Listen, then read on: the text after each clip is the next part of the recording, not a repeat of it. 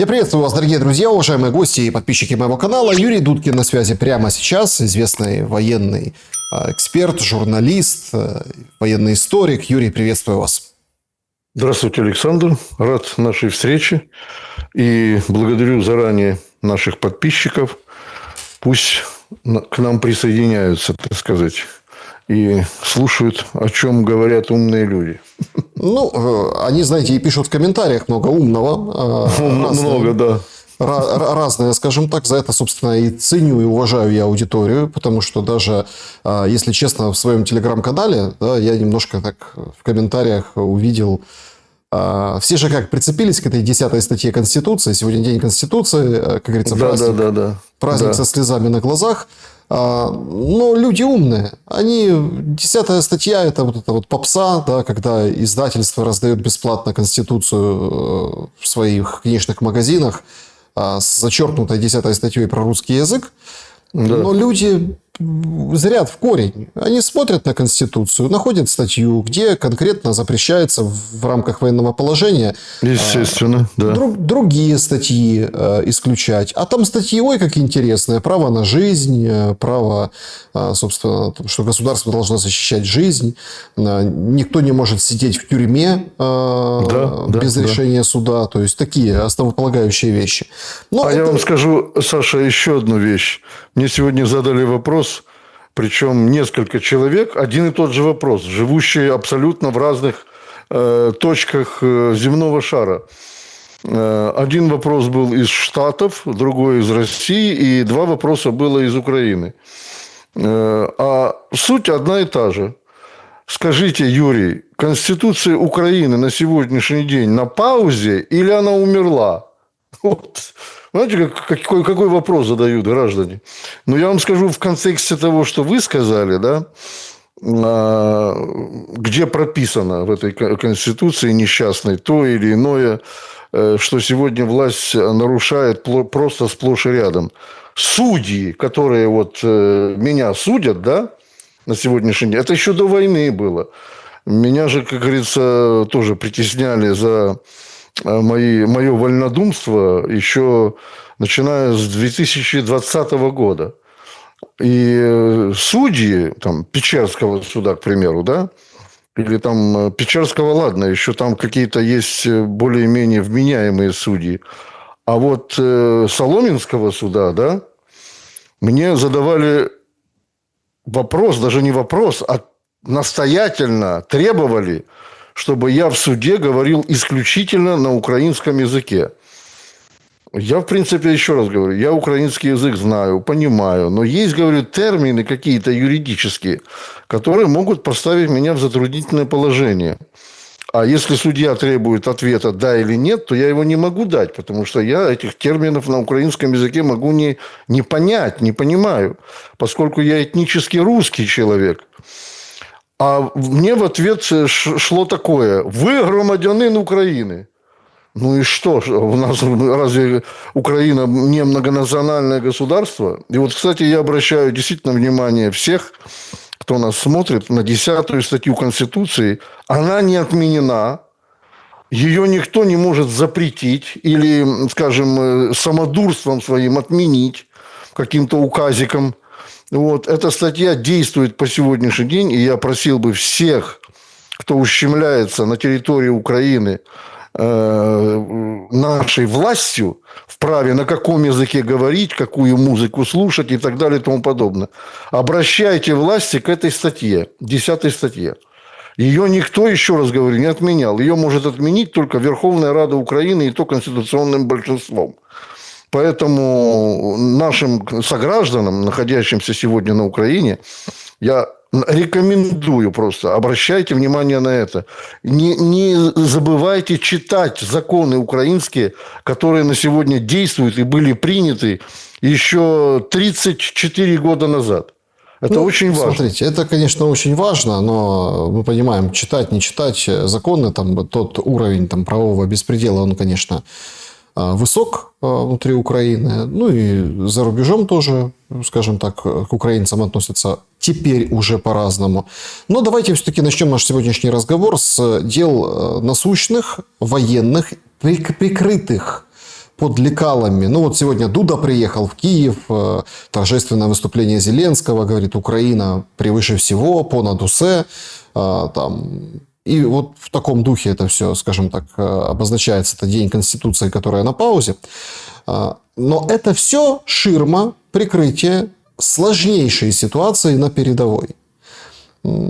Тот факт, что она очень сложна, вот буквально два таких эпизода, которые это подчеркивают. Эпизод первый – это пиарщики Сырского.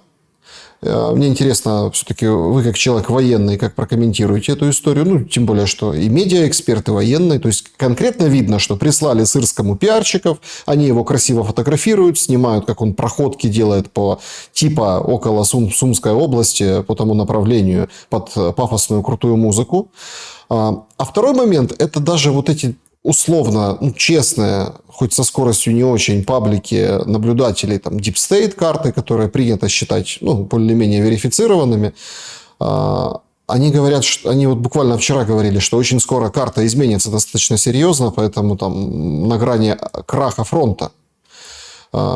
Мы видим продвижение заявления Минобороны Российской Федерации о том, что Зирка, звезда, населенный пункт, то есть движется фронт к западу Донецкой области, на юго-западе уже фактически это граница Днепропетровской области и заход в Днепропетровскую область. То есть идет движение достаточно серьезное по фронту. Но нам говорят, что все хорошо, враг остановлен, не переживайте, все в порядке, все нормально. И возникает, наверное, важный вопрос. Это же когда-то должно все-таки выйти наружу. Это же фронт, он же должен сыграть свою первую скрипку, а не последнюю. Потому что мы видим, что за другими музыкальными инструментами «Квартал 95» прячет самый главный, так сказать, звук этой войны. Это ситуацию на фронте, и что-то с этим нужно делать. Сегодня вот «Гром» вроде как сбили, сообщают. Гром-1Е, там, кажется, да, это новая разработка, плюс еще одна угроза, все переполошились. То есть, это КАП, который летит дальше на 120 километров с реактивным двигателем. Это вот нечто среднее между баллистической ракетой и КАБом. В общем, новая разработка. Сбить-то вроде сбили, но тревога очень серьезная. Как вы относитесь к событиям, происходящими не вокруг фронта? Вокруг фронта очень громко, и Украина понад усе, а именно на фронте. Ситуация действительно тяжелая, и то, что там несет господин Сырский, это всего лишь навсего такая фронтовая идеология, я бы сказал, не более того. Ничего не имеющее общего с положением вещей на фронте. И вообще, я скажу, профессиональные военные, да, особенно поскольку у нас враг, как говорит Украина, Россия, вы когда-нибудь видели, чтобы кто-то из командующих северным, южным направлением российской армии давал интервью? А у нас Сырский направо и налево раздает интервью. Это говорит о чем? Что действительно заврались уже до такой степени, что действительно положение вещей на фронте архитяжелое. Со слов президента Российской Федерации Владимира Путина, и это подтверждено многими другими источниками, которые черпают информацию с фронта, 47% кадровый голод украинской армии. 47%. То есть, армия фактически не боеспособна. О чем можно уже дальше говорить? И вот это лихорадочное пакование людей любых уже возрастов, уже пакуют и пенсионеров, и молодых людей, уже невзирая ни на какие законы, лишь бы дать, что называется, вал по кадрам и отправить в окопы. Что касается таких, скажем, направлений, как запорожское направление, да, вот вы назвали там Донецкое направление, Днепропетровское. Сейчас российским руководством, насколько я понимаю, рассматривается больше вопрос запорожского направления.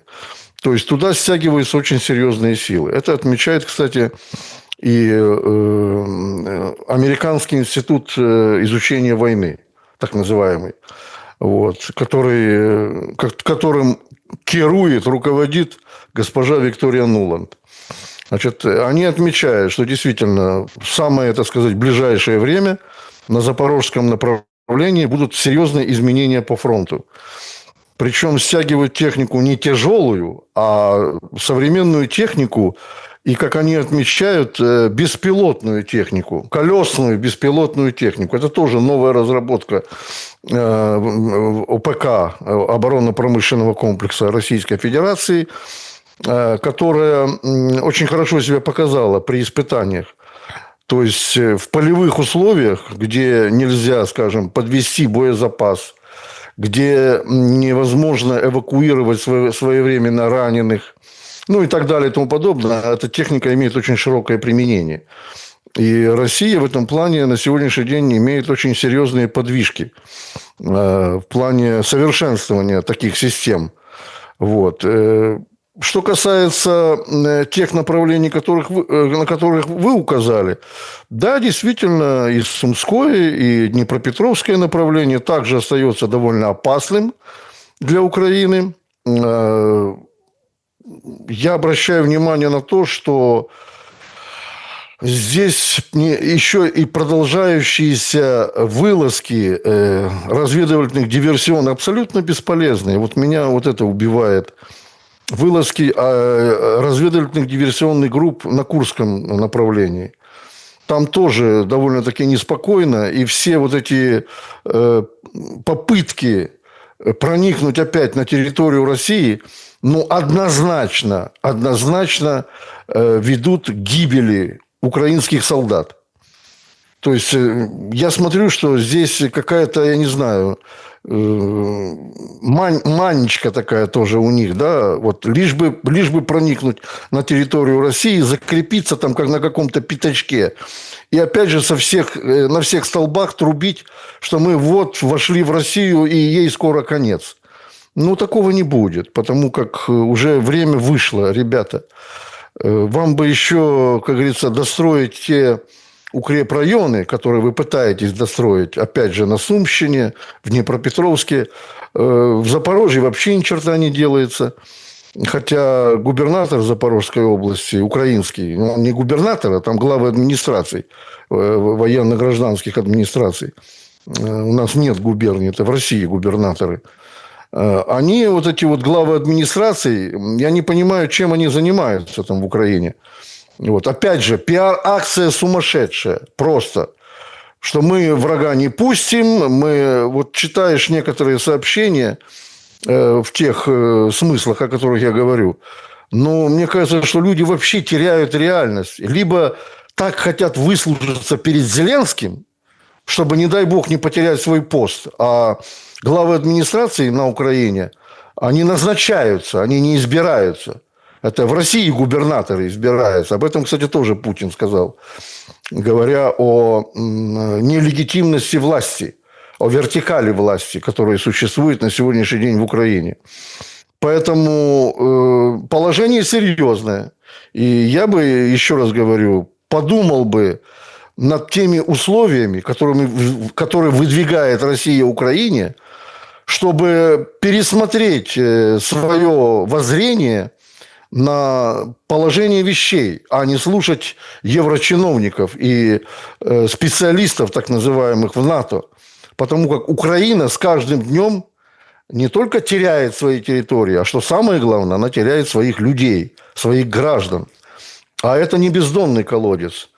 Как говорил один киногерой, если посадить 9 беременных женщин, ребенок через месяц не родится. То же самое и здесь. Для того, чтобы воспитать половозрелого человека, нужны десятки лет. И где брать дальше призывников в ВСУ, никто это не может сказать. А резервы, так сказать, так называемые моб-резервы, мобилизационные резервы, они заканчиваются. И закончатся рано или поздно. Вот. И что тогда? Ну, все, тогда баб погонят на фронт, причем поголовно. Это сейчас медикам запрещено выезжать, женщинам, медицинским работникам из Украины. А настанет такое время, когда все уже без разбора будут паковать и женщин на улицах. И что? И территория вот этой страны, ЗРО, будет вообще как пустыня. Я не знаю, о чем думает вообще вот этот нелегитимный президент? Чем он думает? О чем, главное, думает? Где он собирается прятаться потом? Ведь в 21 веке я не думаю, что легко просто так спрятаться. Как в 20 веке многие нацистские преступники прятались по всему земному шару. Сегодня невозможно спрятаться. Ведь найдут и придется отвечать за все это. Так а кто найдет? Может быть так, что и некому искать будет, Юрий Анатольевич? Ну, как кто найдет? Кто победит, тот и найдет. Угу. Да. По поводу нацистских преступников хотел бы исключительно, как мы продолжим сейчас про Украину, про события, скажем так, и внутриполитические, и военно-политические, конечно же. Но я хотел бы, поскольку зашла речь, чтобы вы прокомментировали родословную новой руководительницы Ми-6. На самом деле это информационная бомба. И люди, понимающие, люди примерно...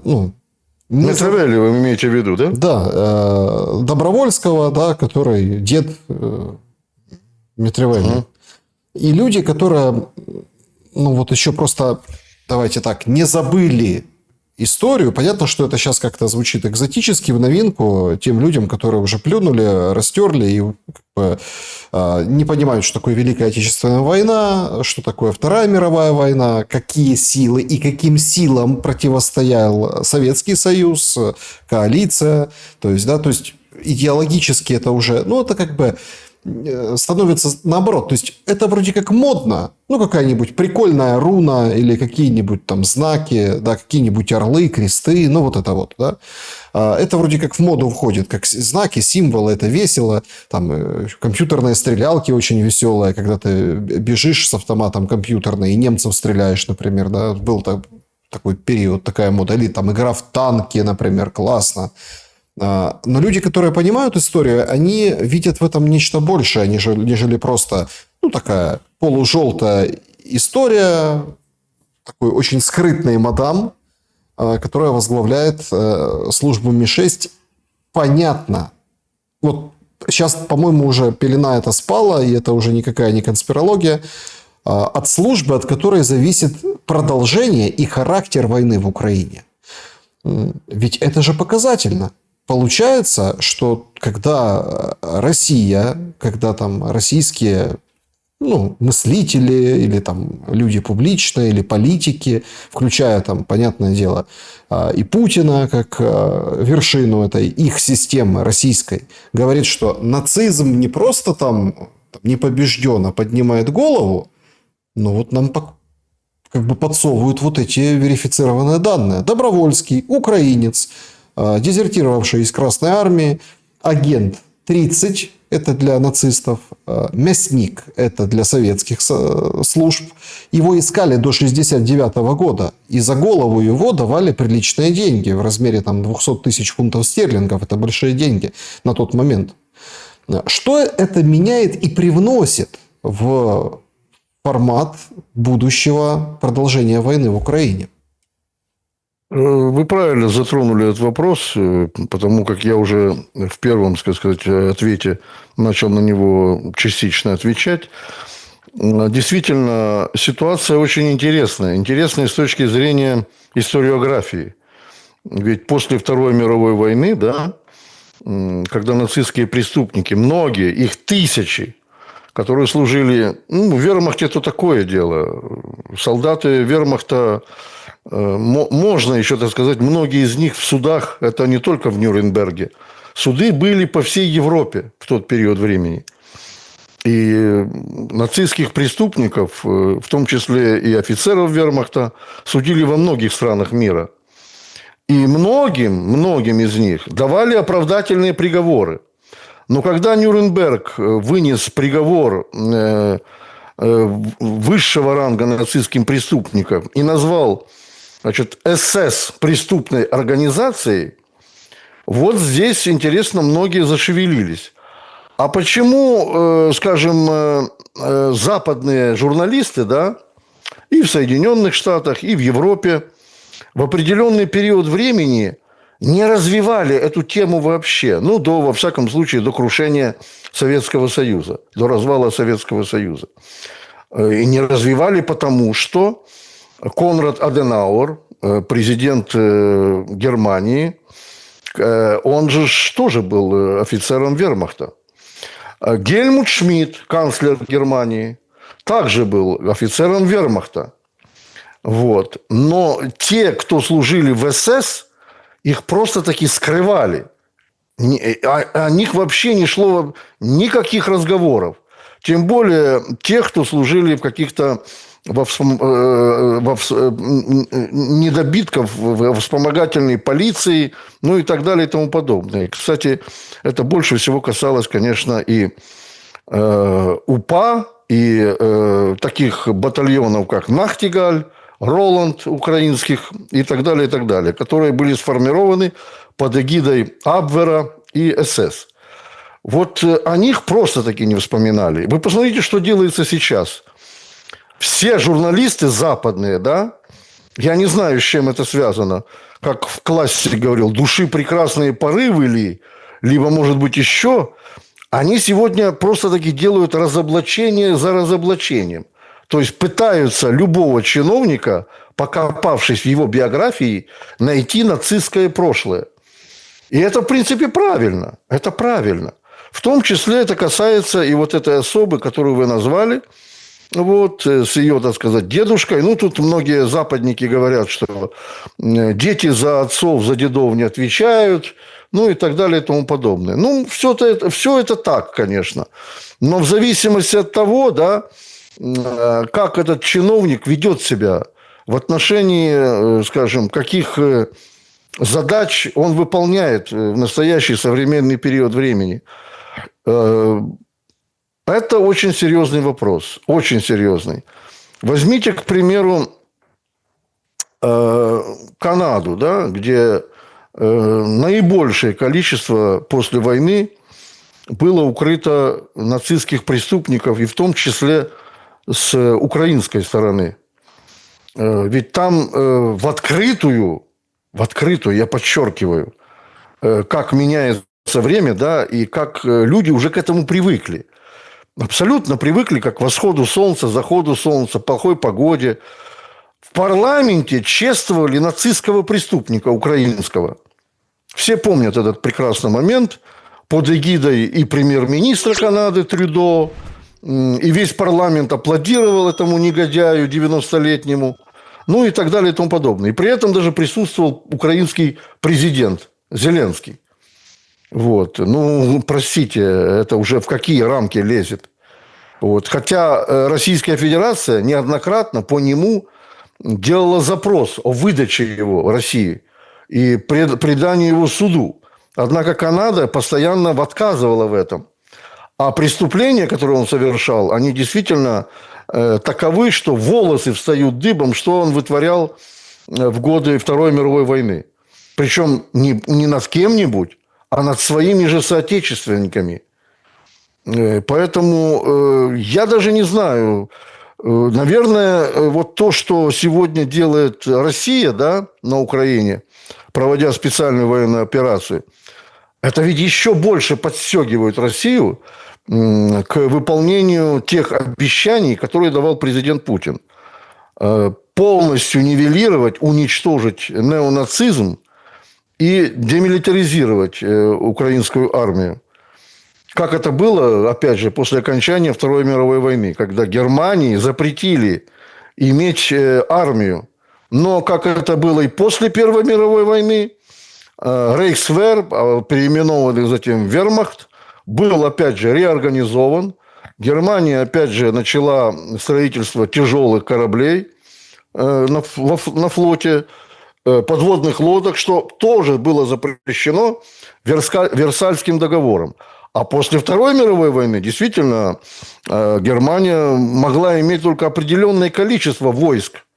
Вот. Ее военная организация и сегодня уже на сегодняшний день называется Бундесвер, также уже пытается расширяться. То есть немцы постепенно также забывают об итогах Второй мировой войны и чем все это закончилось прежде всего для самих немцев. А об Украине это особый вопрос.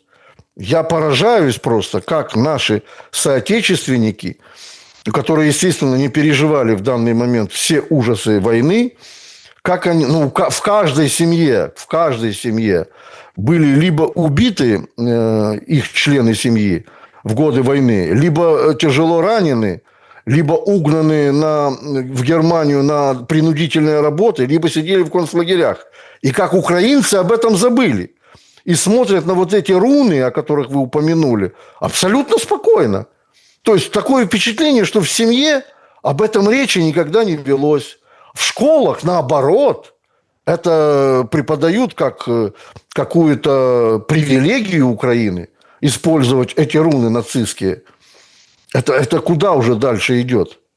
Я, честно говоря, тоже ужасаюсь порой тому, что происходит на моей родной земле.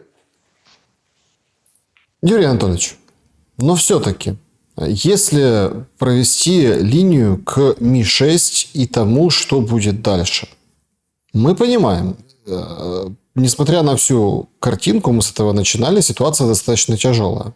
Соответственно, борьба будет продолжаться киевской власти, банковой, киевского режима, да, и анонсированные, в том числе, удары по России, какие-то чувствительные удары по России, это ведь не просто слова. Смотрите, тут очень важный момент. С точки зрения военного человека, вы это подтверждаете, и многие тоже подтверждают, ресурс на длительную войну ограничен. Но с точки зрения формата диверсионной войны, в принципе, ее можно вести достаточно долго. Как вам кажется, с появлением и уже таким полноправным вступлением в должность Митревелли, что изменится? И, условно, Америка, которая дистанцируется от Украины, ее заменят на Британию, частично Европу. Насколько эта замена продлит агонию войны или, наоборот, приблизит конец? Дело в том, что трудно сказать, на что способна госпожа Митревелли. Даже нынешний руководитель, пока еще до сентября месяца, Ми-6 господин Мур, достаточно преуспел в области попыток, и не только попыток, а и конкретных событий в отношении диверсионной деятельности на территории России. Причем, смотрите, какое интересное совпадение. И это продемонстрировали нынешние события в Иране. Когда местное население, вовлекается, вербуется в эту подрывную диверсионную деятельность. Это довольно-таки какое-то новшество, я считаю. Поскольку действительно люди разного сословия живут по-разному. Кто-то, может быть, действительно не поддастся на какие-то $100 для того, чтобы заложить где-то взрывчатку. Потому как понимает, что потом придется всю жизнь сидеть в тюрьме за шпионаж и подрывную деятельность. А те люди, которым действительно и хлеб насущный на сегодняшний день не всегда к столу, они поддаются на подобную вербовку. Российский, кстати, опыт действительно это показывает. Практически в режиме нон-стоп работает ФСБ России по выявлению таких граждан России на территории России, которые ведут диверсионную деятельность. И это все, естественно, осуществляется под руководством военной разведки Украины, СБУ. И как же тут быть без великого гегемона Великобритании, который, естественно, осуществляет верховное руководство в Ми-6 над подобными спецслужбами в Украине. Естественно, они выдают инструкции соответствующие. Методы, скажем, диверсионной деятельности, они не изменились. На сегодняшний день, в первую очередь, идет охота за высшим руководством украинского государства. Это и военные, это и чиновники. И даже, я скажу так, судя по Севастополю, откуда мне тоже доносятся определенные новости, идет охота на командиров кораблей российского флота, которые проживают в городе Севастополе. Ну, то есть, охват очень широкий, очень серьезный. Естественно, Российская Федерация принимает все необходимые меры для этого. Но что касается британского влияния, да, на украинские спецслужбы, и что с этим дальше делать, как вы задали вопрос, я скажу, что, наверное, пора заканчивать с этим либерализмом также и понимать прекрасно, что кукловоды в Великобритании и за океаном, в Соединенных Штатах, их действительно главная цель, понимая, что у Украины истощаются людские ресурсы, их задача состоит в том, чтобы нанести максимальный ущерб на территории Российской Федерации. В этом пока что, я скажу так, они добились определенных успехов, если это можно назвать успехом. А это, безусловно, трагедия для обычных людей. Я еще удивляюсь, хотя не хочу подсказывать, но я не исключаю методов массированного террора на территории России, когда могут подрывать станции метрополитена, когда могут подрывать... Это уже, кстати, было на территории Российской Федерации когда-то. И довольно успешно было пресечено. Но, как говорится, ничего не забывается из прошлого. Вот. То, что когда-то было уже использовано, может быть использовано и повторно.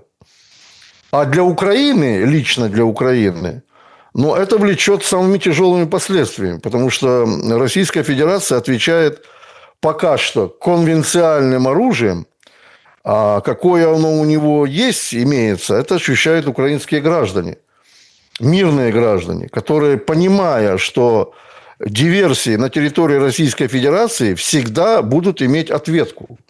Всегда. И украинским гражданам просто-таки некуда деваться. На власть оно не может повлиять. Жить в этой стране, которая называется пока еще Украина, тоже становится с каждым днем все рискованней и рискованней. И в этом смысле какое-то получается безвыходное положение. То есть люди находятся на территории Украины как заложники. Вот кто-то там убивает, да, где-то на территории России, причем таких же мирных. Ведь страдают не только, скажем, те люди, на которых ставится точка на уничтожение. Но если идет вопрос, как я уже сказал, о глобальных диверсиях, вот, не точечных, а глобальных диверсиях, то там страдают мирные люди. И, безусловно, украинские граждане выступают против этого. Они, конечно, выступают каждый у себя на кухне, потому как запуганы все, абсолютно все. И, опять же, украинская власть в этом преуспела, проводя массовые репрессии на территории Украины. То есть, одно слово «против», и ты уже находишься в определенных местах. Или тебя увозят в зарешетчатой карете. Как на это влиять Украине? Вообще я не нахожу ответа. Но то, что диверсионная деятельность с повестки дня британскими спецслужбами, украинскими спецслужбами не только не снята, она набирает обороты. Она набирает обороты. И я думаю, что, к сожалению, в ближайшее время еще мы об этом услышим. Юрий Анатольевич, но это дорога с двусторонним движением. Все чаще взрываются то мопеды, которые волонтеры передают для ВСУ, то какие-то подрывы. Вот даже случай был недавно. Парня из Киева, его в Телеграме там, к ним написали, предложили сжечь машину. Но он же честный, обратился в органы с этим сообщением. Те приехали, проверили его сообщение. И заодно отвезли в ТЦК и выписали повестку. Парень, конечно, Скажите, жутко. Александр, а кто-то из руководства, ну, даже берем так, областного, местного в Украине, или же из руководителей высшего эшелона власти подвергался террористической деятельности на территории Украины за этот период времени? Нет, Ну, конечно. покушения на Хотя, Зеленского были. хотя А что? я думаю, что и у ФСБ, и у внешней разведки России, и у военной разведки вполне могли быть успехи в этом направлении. Но Россия не ведет террористическую деятельность, такую широкомасштабную, на территории Украины. Она ведет свою деятельность на поле боя с помощью вооруженных сил. На поле боя. То есть, на переднем крае. Не залезая, так сказать, в тыл и не уничтожая тех, кто действительно им мешает.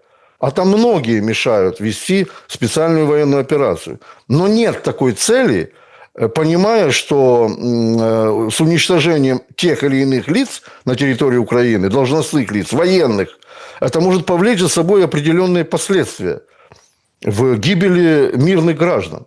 Россия этого не делает, поэтому эта улица не с односторонним движением. Как раз именно Украина заточена, ее спецслужбы заточены на проведение подобного рода деятельности. Это очень печально. Если посмотреть на будущее переговорного процесса, Путин говорит, сейчас доменяют, и тогда приступим к третьему раунду Стамбула. А что это будет за Стамбул? Короткий вопрос вы задали. Надо сказать, что для того, чтобы этот третий раунд начался, ну, во-первых, мы видим прекрасно, что обмен пленными, обмен телами, ну, идет в обычном нормальном режиме. Не надо никому нигде собираться, тратить колоссальные деньги, арендовать дорогие гостиницы и так далее и тому подобное, чтобы разместить эти все делегации. Вот. Достаточно в телефонном режиме решать те или иные вопросы. Как это, кстати, было уже договорено в Стамбуле. То есть, процесс идет. Сейчас Российская Федерация готова обменять еще 3000, как заявил Владимир Путин, тел украинских солдат, погибших на различных участках фронта. Готова ли Украина? Пока что ответа не последовало. Что касается двухсторонней встречи, опять же, визит господина Келлога в Беларусь показал, что... А Келлог – это спецпредставитель Трампа по Украине.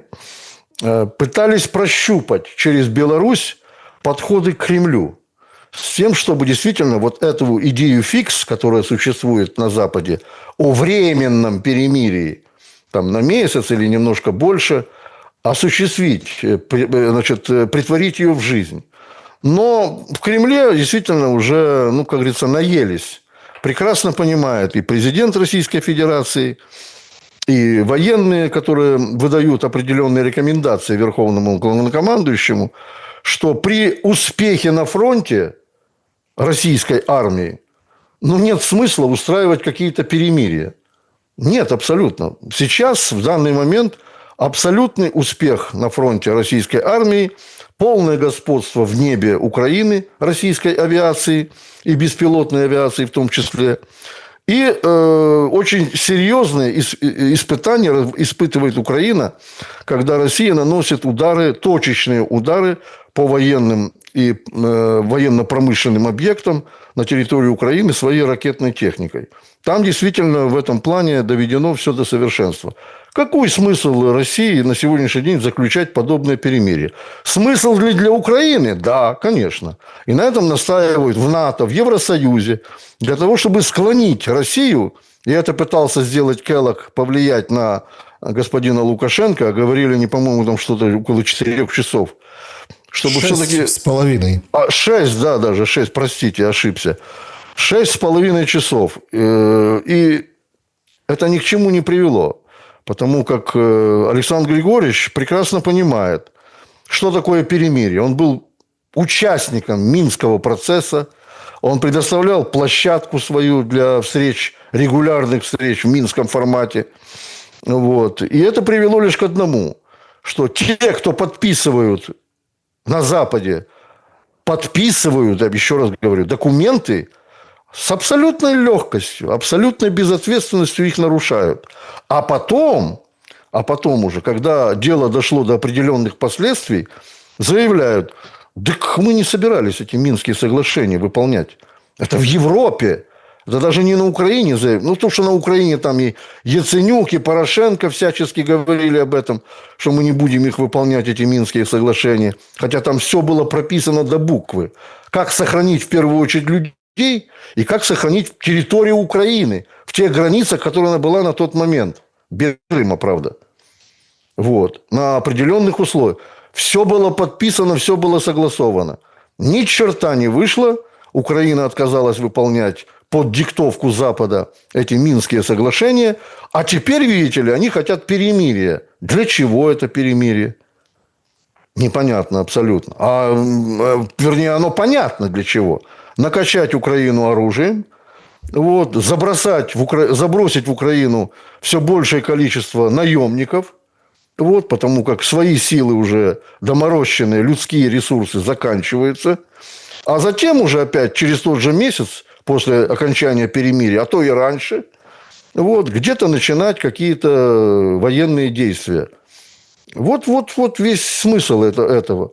И я думаю, что на сегодняшний день в России прекрасно уже поняли, что такое вялотекущее положение вещей на фронте, да, оно ведет в первую очередь к углублению кризиса. То есть, как ни крути, а не только российская армия набирает боевой опыт, и корейская народная армия, кстати, об этом я тоже хочу сказать несколько слов, но и Украина тоже набирается боевого опыта. Чего там зря таить, так сказать. Сегодня украинская армия в том количестве, в остатке, в котором она осталась, на сегодняшний день она является самой боеспособной армией Европы. Подождите, вы себе противоречите сейчас. Я не противоречу. Вы говорите о том, что после Российской Федерации. Вы буквально там... То есть, никакое войско Подождите, польское. Вы буквально вот только что говорили, что украинская армия фактически не боеспособна, а сейчас говорите, это в рамках вот нашей одной беседы. Боеспособна, Александр, она не боеспособна, естественно, противостоять российской армии. Но она боеспособна в том количестве, в котором она осталась. То есть, я считаю, что украинская армия на сегодня несравнима, опять же, с войском польским. Тоже там идет колоссальная пропаганда в Польше, войска польского. Вот. И всех туда сейчас тоже пытаются привлечь на службу, потому как говорят о какой-то мнимой российской угрозе. Но ее не сравнить с украинской армией. Это надо отдать должное. Потому как действительно украинцы фактически воюют. Я вот о чем говорю. Это не значит, что я противоречу сам себе. То, что в Украине не хватает личного состава, это да. Это так и есть. И потом я еще раз напомню то, о чем сказал выше. Что на сегодняшний день, буквально 24 июня, председатель государственных дел Корейской Народно-Демократической Республики своим приказом отправил в Российскую Федерацию еще 11 тысяч солдат специальных подразделений Корейской народной армии. То есть, где они будут, так сказать, применены, это, естественно, вопрос открытый. Об этом никто не может ни предугадать, ни, так сказать, правильно указать, где это все произойдет. Но то, что и корейцы набираются боевого опыта, я вот о чем говорю, о боевом опыте, вот, а не о каких-то победах мнимых или зримых. То, что корейцы набираются также боевого опыта, это им плюс. Там тоже есть погибшие, там тоже есть раненые. Об этом уже начинают говорить свободно в прессе. Вот, и 5 генералов, которые стояли на Красной площади, корейских генералов, их приветствовал верховный главнокомандующий России Владимир Путин, говорит о том, что там солидный контингент. Они пока воевали на Курском направлении, но будут ли они воевать на территории уже непосредственно, перейдя границу Россия-Украина, но об этом никто не знает. Интересное сообщение, вы говорили о местных властях. Пришло в Черкасской области. Местная администрация областная говорит о том, что каждая семья должна иметь противогаз. О как! В контексте резкого переворота доски может ли что-то изменить полувоенная, полудиверсионная трагедия с... Ну, я не беру там ядерными объектами, да? Это как бы после 12-дневной войны Ирана, Израиля и немножко США. Это, конечно, отдельная тема. Но может ли перевернуть доску, скажем так, какие-то удары по химическим производствам, каким-то грязным производствам, коих, ну, и можем как бы... У нас, понятное дело, экономика, конечно, ее нет, но остатки больших советских проектов, в том числе там, и химических, и любых других, и там, сооружений определенных инфраструктурных, я имею в виду там, гидроэлектростанции и других вещей, ну, все-таки достаточно в Украине. Потому что, ну, смотрите, 4-й год войны. Понятно, что там людей научили иметь чемоданчик, ну, там, тревожный, там, или что-то еще, документы там сложить, что-то как-то. Сейчас вообще, конечно, все смеются над правилами 2 стен, потому что ну, это же до смешного доходит. Киевские там мониторинговые паблики, да? То есть, внимание, кинжал летит через Черниговскую область на Киевскую область. Все за 2 стены. Люди смотрят, подождите, летит кинжал, какие 2 стены? Ну, то есть, если чего-то где-то попадет, даже обломок снесет полдома.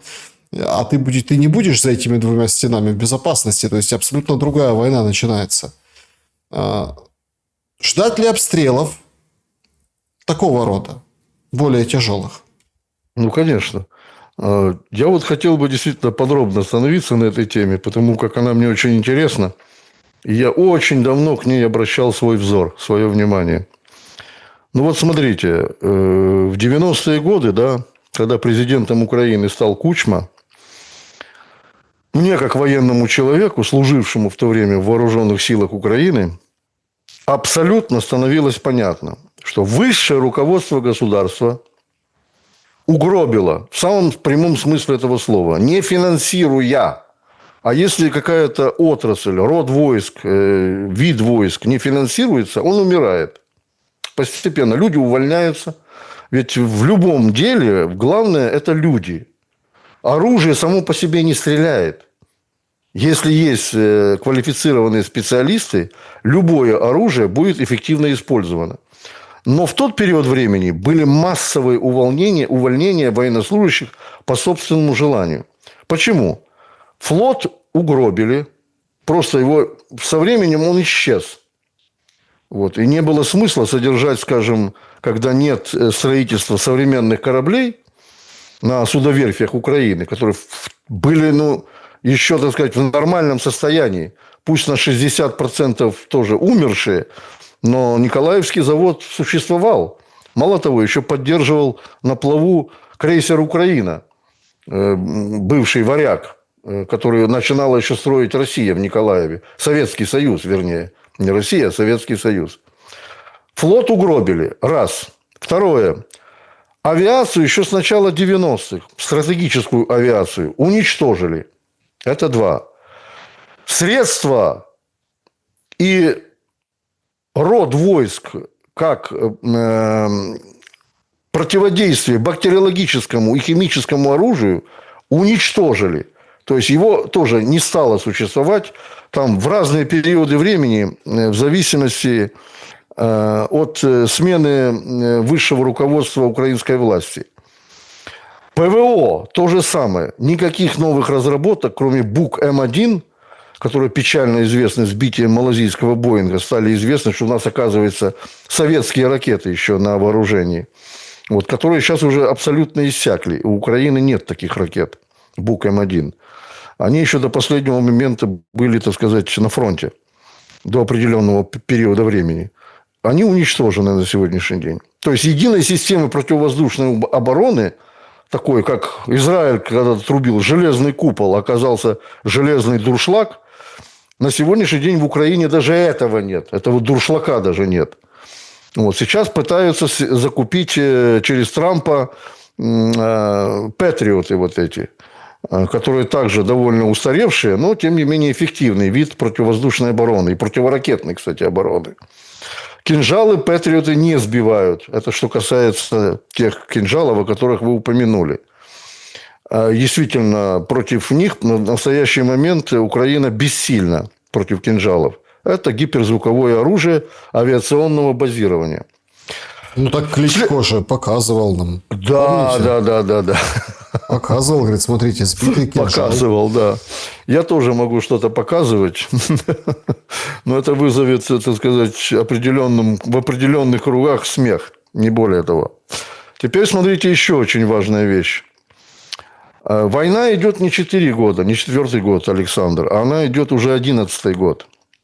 8 лет, которые она велась еще в пределах Украины, да, по сути дела, гражданская война была на Донбассе.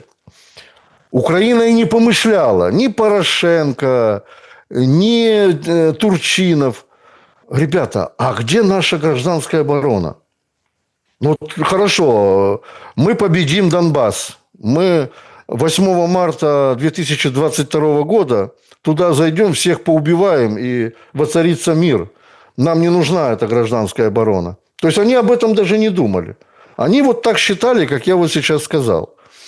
Что победим вот этих шахтеров, металлургов, ну и так далее и тому подобное. Ничего не делали абсолютно. То есть, на сегодняшний день в плане защиты населения от военных действий, гражданского, мирного населения, на Украине ничего нет.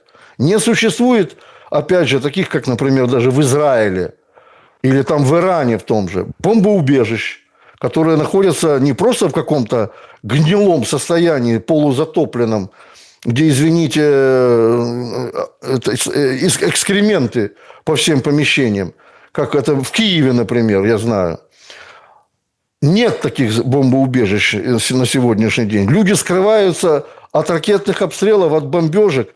Ну, в новых домах, я знаю, где еще как-то это предусмотрено, да, люди прячутся в подвалах. Но это не специализированные бомбоубежища. Если здание складывается, то оно в силу таких обстоятельств может накрыть всех тех, кто находится в подвале. Это не есть идеальным бомбоубежищем. Далее. Не существует средств противохимической защиты для мирного населения. Вот, например, в той же Северной Корее, или я терпеть не могу это название, в Корейской Народно-Демократической Республике у каждого жителя есть противогаз. Это то, о чем вы упомянули. В каждой гостинице в Пхеньяне или в других городах Корейской Народно-Демократической Республики в каждом номере есть противогазы. И это не только на случай военного времени. Это, в конце концов, даже защита органов дыхания от пожаров там, и так далее и тому подобное. Вот этим тоже украинская власть никогда не занималась. А что касается военных, вот это я знаю уже точно. Когда украинские военнослужащие на протяжении всех этих 11 лет ведения боевых действий сами покупают, сами выбирают себе средства противохимической защиты. Покупают на свои кровные денежки. Им не выдают ничего. Это я вам ответственно заявляю. Не выдают противогазы украинским военнослужащим. Чего уж там говорить о гражданском населении? Господи. И опять же, вот этот треп, что мы вот скоро будем там где-то как-то выдавать населению. Никто ничего не будет выдавать. Потому что, во-первых, для этого нет средств, а средства это большие. Современные противогазы имеют очень хорошие разработки, в том числе китайские противогазы очень хорошие. Вот. Неплохие противогазы у Республики Корея. Вот как. Много, кстати, амуниции, это Южная Корея. Украинское руководство когда-то получило много амуниции с Южной Кореей. Но, опять же, это все в каких-то грядущих перспективах. Никто этим всерьез на сегодняшний день на Украине не занимается. Власть занята другим. Клянчит деньги у Запада. Вот это главное. На что эти деньги расходятся? Блин, это вопрос риторический. Никто на него не собирается отвечать. Ну и еще одну тему хотел бы с вами обсудить. Важную.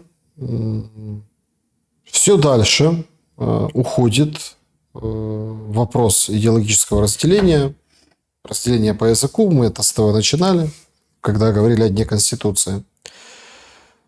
Штрафы за песни. Давайте с этого начали, с этим и закончим. Расходятся видео активистов, общение активистов и Труханова. Ну, то есть, сегодня суббота, одни люди выходят в защиту памятника Пушкина и русского языка, другие люди выходят против. Там и вчера был инцидент, когда кричит Труханов, что меньше слушайте Пушкина, меньше слушайте Путина, патриотам, да? Мол, Одесса – это не русский город, у нас свой путь, свое движение. Ну, и как бы удовлетворился этот активист. Этот активист опять с ним встретился, с Трухановым. Тот говорит, если вы военные, почему вы не на фронте? Ну, в общем, вопроса два. Да? Почему не на фронте и чему на державную сейчас в Украине? Понятно, что эту дилемму, вот эти все противоречия могут сшить только, ну, условно, новые политики, другие политики. Или новая политическая какая-то конъюнктура. Но задавать тон некому. Не получится ли так, что условно с течением войны, ну, кто как говорит, кто говорит еще там, в августе уже все будет понятно, и будут договариваться, потому что, ну, извините, если дальше, то это, ну, как вы тоже об этом говорите, это самоубийство. Прям с августа все начнет идти по нисходящей, там приниматься условия, договариваться каким-либо образом, потому что дальше катастрофа.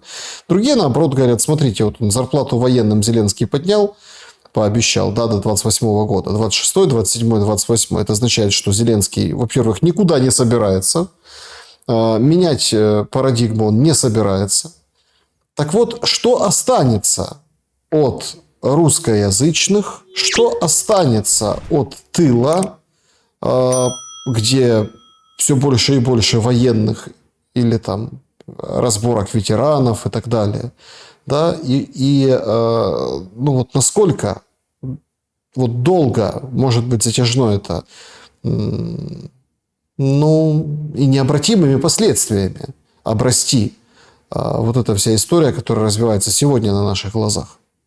Саша, ну это ведь идет с 91 года.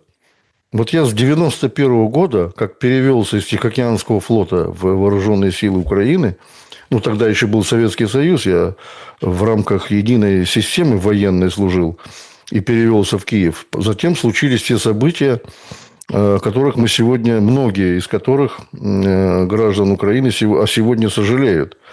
Развал Союза, и сформировалась некая общность людей, называемая украинцами, многонациональное общество, вот, в котором гарантировались права любому из граждан, вне зависимости от национальности.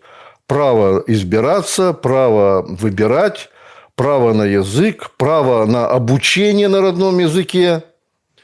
Я вот даже такие вещи упоминаю, о которых давным-давно уже забыли.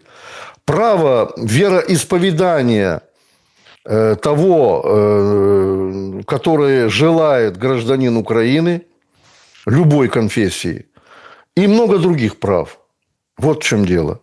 И это начиналось с 1991 года, капельное такое, знаете, точечное влияние на украинское общество, что некая общность людей, называемая украинцы, или, как говорил, очень любил повторять Виктор Ющенко, «моя нация», понимая именно украинцев, но никак не иных людей, иных национальностей, проживающих на территории Украины.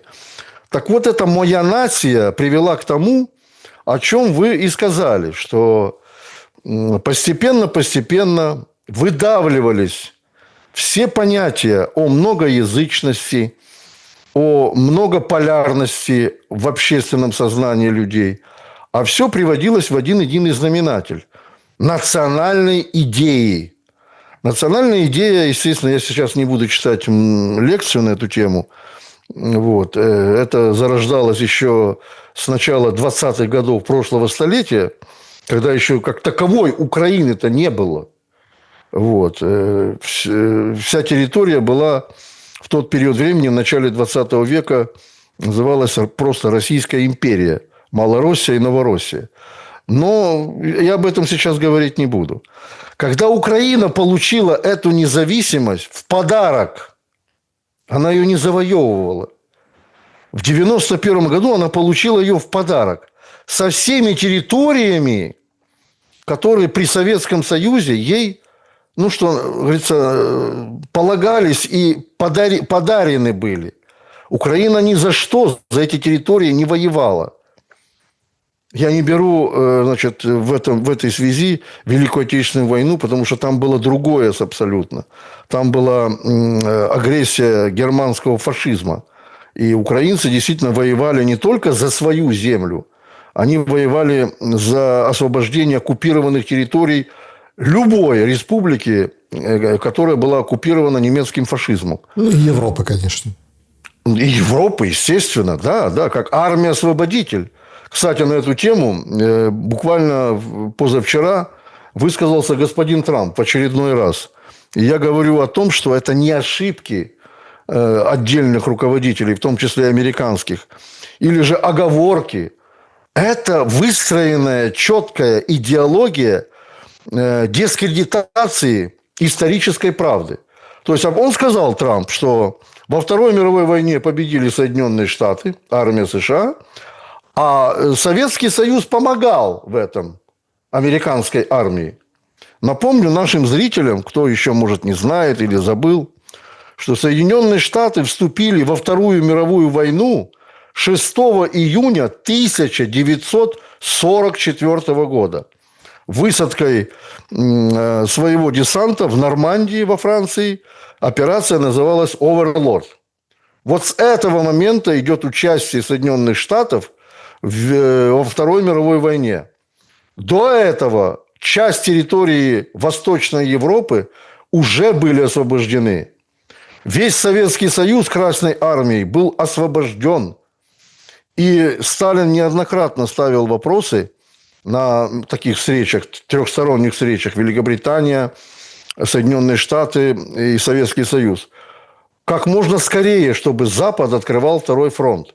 Однако они тянули, Запад тянул с этим вопросом для того, чтобы посмотреть, кто же все-таки победит в этой схватке.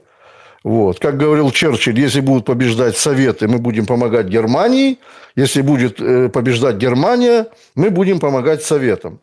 Вот такая была идеология у Запада. Она и осталась на сегодняшний день такой же, только еще более изощренной, более чудовищной. Вот. Для них славяне никогда не были и не будут, скажем, равноправными гражданами. Так вот, я в этой связи хочу сказать, что касается современной Украины. На сегодняшний день вот я прихожу в дикий ужас. Вот проводя все вот эти абсолютно немыслимые, какие-то дебильные, значит, охоту эту на русскоязычных граждан, на русскую музыку, на русские песни, на русские стихи классического жанра, я скажу так даже, русскую поэзию, русских писателей. Неужели вот до такой степени нужно быть неграмотным, безграмотным, чтобы не понимать, что это разобщает украинское общество? То есть, видимо, поставлена Западом задача украинской власти разобщать, не объединять, не воссоединять культуры, которые существуют, многие культуры на территории Украины, не только русская культура, не только русский мир. Есть и татарский, еврейский мир, и венгерский мир, и так далее и тому подобное. А разъединять эти нации, бить, что называется, по самому живому. Ведь события на Майдане, они ведь были именно заточены против всего руского. Я уже не буду эти кричалки и риторику эту озвучивать, которая там звучала и в речах, и в песнях, и в этих речевках. Но это было еще с того периода времени, с 2014 года, как наиболее откровенный этап в гибели Украины. Потому что, еще раз повторюсь, вот эта исключительность украинской, некой украинской нации, она ведь закладывалась еще с 1991 года. Я помню прекрасно эти события в Верховной Раде с принятием гимна Украины, как это все происходило. Ну, просто тоже дикие вещи творились в Верховной Раде. Хотя на 80% Верховная Рада состояла из коммунистов. И коммунисты шли на то, чтобы подыграть националистам в принятии, опять же, абсолютно чужеродного гимна, абсолютно чужеродного флага, ну и так далее и тому подобное. Все было направлено на то, чтобы разъединять общество, а не объединять. И вот на сегодняшний день власть в своем непонимании того, что она творит, продолжает усугублять положение, во-первых, свое, как власти, потому что власть отвечает всегда за все, так и продолжает усугублять положение самих украинских граждан. Ведь сейчас и речи не может быть, да, чтобы кто-то, я, например, на себе это испытал, находясь в суде, даже по гражданскому делу, не обязательно уголовному, мог нормально либо свидетельствовать, либо отвечать на вопросы судей на русском или других языках. Хотя в статьях Конституции и даже в Уголовном процессуальном кодексе Украины сказано, что документы либо свидетелю, либо подследственному, либо обвиняемому по его запросу должны выдаваться на языке, на котором он говорит. Это написано черным по белому. Но это все, опять же говорю, нивелировано, это уничтожено. Законы и Конституция, в первую очередь, раз мы уже подошли к этой теме сегодня, которая... Конституция на сегодня умерла, украинская. Ее основополагающие элементы, которыми пользовались многие годы, еще хоть как-то пользовались украинские граждане, они не существуют. Власть взяла на себя право дискредитировать эти права, дискредитировать, абсолютно не отвечая за это. Вот такая ситуация, вот такая. Юрий Дудкин был моим собеседником сегодня. Я благодарю вас за время и мысли. Спасибо, Александр. Было интересно. До свидания. Да, друзья, напишите в комментариях, было ли вам интересно, где особенно. Пишите. Юрий Анатольевич читает комментарии. Также мы реагируем на ваши запросы и ваши мнения.